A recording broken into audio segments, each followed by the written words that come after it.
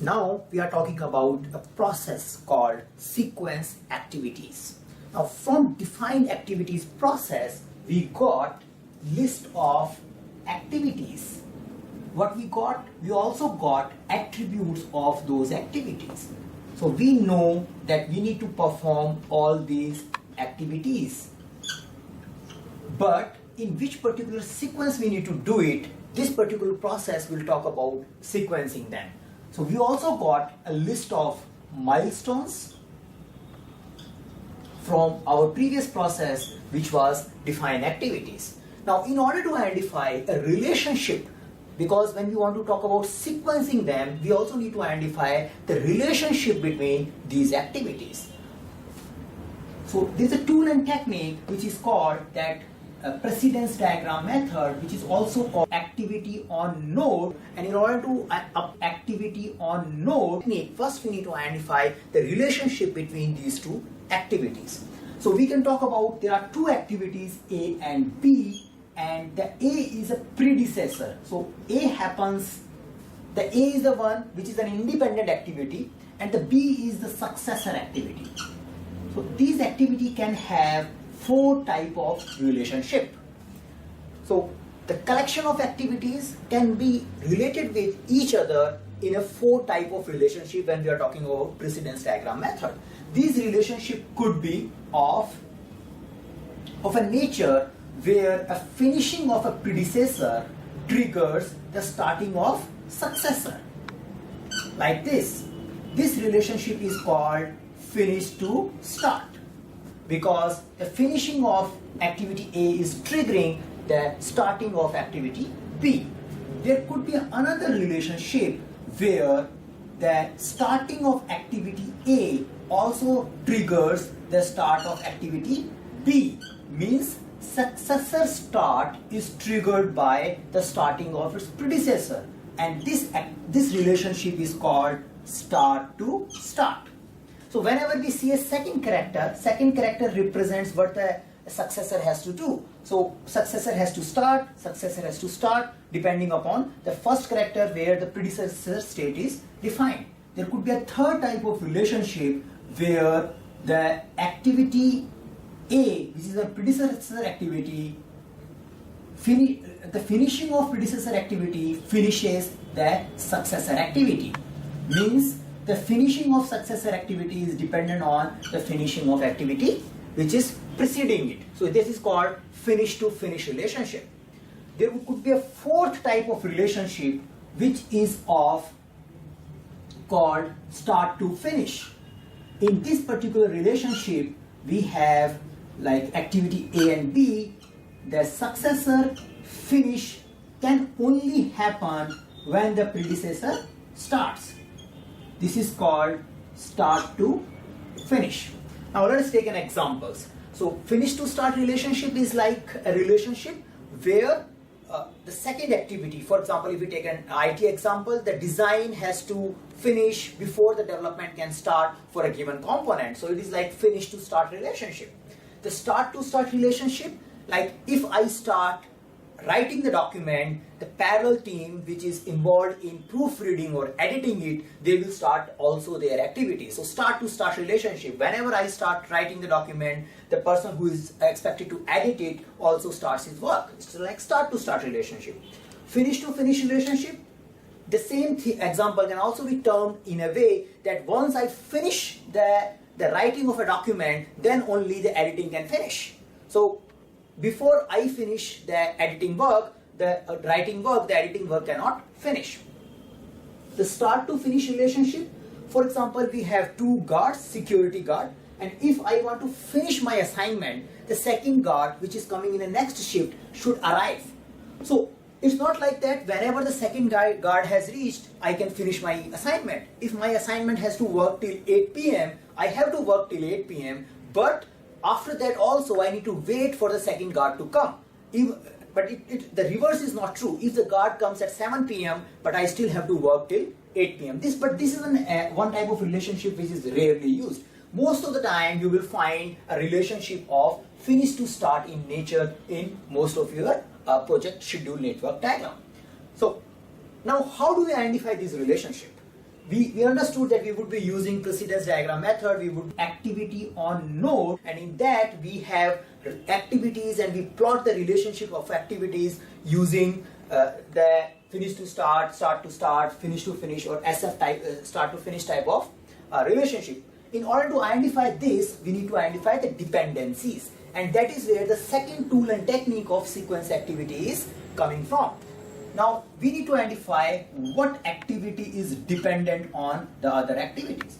Now in order to identify dependencies, we can further classify this dependency into 4 categories. One is a mandatory dependency. Means you cannot overlook it. From where we get information related to mandatory dependencies? We can get it from activity list, we can get it from milestones, because some of the activities might be having constraint, but there is another document which keeps the assumptions and constraints documented, which is our project scope statement. So from project scope statement, we get the input which is needed to identify the mandatory dependencies. The enterprise environmental factor may also put some of the mandatory dependencies. For example, that if we are working in a particular regulatory environment and before starting a next work we need an approval, which is a mandatory approval. So those kind of environmental factor can also give us an information related to the mandatory dependency. After mandatory, we have a discretionary dependency, which is in our discretion to have it, or this we are applying because this is the best, or this is a good way of doing things. Now mandatory dependency can be looked as a hard logic, and discretionary dependency can be looked as a soft logic, because this is a good way of doing things. From where we get this kind of information? The organization process asset, giving us templates, giving us information about good or a best way of doing things, drives these discretionary dependencies. The lesson learned from the previous project, where there is a recommendation of doing things in a particular sequence, also drives these discretionary dependencies. Now the another dimension of dependencies could be that external dependency and internal dependencies.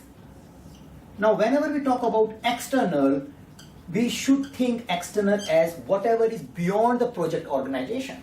So the project is something as a one unit. If something is needed from outside, be it in the same organization or from some other organization, we treat that as an external dependency. For example, that for the availability of a test environment, if you are dependent on a production operations, the production functions allocates you the required testing environment, that particular dependency can be treated as an external dependency. There could be another external dependency where you need some approval from your end customers before you can move forward. So those kind of dependencies also fall under external dependencies. Internal dependencies are the dependencies which are inside your project organization. Now, so these, still now we have spoke about 2 tools and technique of sequence activity. There is another tool and technique which is called lead and lag. Now when we were talking about this relationship, we were talking that if activity A and B are related with the finish to start relationship, it means as activity A finishes, B should start. Now there could be a requirement where you want to either introduce a delay, or you may want to do things bit earlier in advance. To handle those kind of requirement, we introduce lead and lag in a relationship. So when I say that okay, relationship remains the same, but delay the start of activity B by 10 days, for example. Now this 10 days represents lag in this relationship, and it can be represented as finish to start plus 10 days. So after 10 days of finishing activity A, the activity B will start. But the trigger is again, the relationship is finish to start only. If we want to do things in advance, so reverse of it, if we want to start the activity B 10 days in advance. In that particular case, we introduce a term called lead. Lead is also represented as a negative number finished to start minus 10. It means that activity B is expected should start before the 10 days in advance than finishing of activity A. So relationship remains the finish to start, but activity B will start early, 10 days in advance, and that 10 days in advance represents as a lead. So in order to identify the sequence of activities, we apply these three tools and technique. And these are the inputs. We use activities, their attributes and milestones list, which we are getting from defined activity process. Then we use scope statement in order to identify the dependencies, which is we are getting from scope management knowledge area, and enterprise environmental factor and organization process assets are also required in order to identify dependencies. Now, we are missing one critical input, which is a schedule management plan. So schedule management plan remains as an input to all of the time management process, because this all has to be done under the guidance. So whatever we are doing should be documented, the how part of that thing should be documented in the schedule management plan. So schedule management plan will govern how we are identifying the dependencies, which particular method we are using critical path method, or how the precedence diagram need to be plotted. Once we are done with this analysis, what we have as an output, we have a schedule network diagram. Now schedule network diagram represents the relationship between activities in a graphical format. It represents how one activity is related with another activity, and this was the goal of sequence activity process. We can visualize the complete activities in the format of schedule network diagram, where we have numbering, we identify all these activity by way of some number, and then we also show a relationship, for example, start to start here, finish to start here. If we have a lead and lag time, then we can also put lag here. So this is an output which we get from sequence activity process. Along with this, we also get some information which may trigger updation of some of the project documents. For example, when we are doing all this analysis, we may identify few more attributes for activities. So our activities may get updated,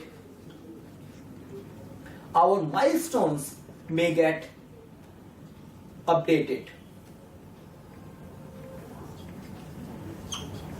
You may identify some risks as well while doing this particular sequence analysis. So some milestones, some activity attributes or risks may get identified, and these are project documents which we may end up updating after doing this analysis.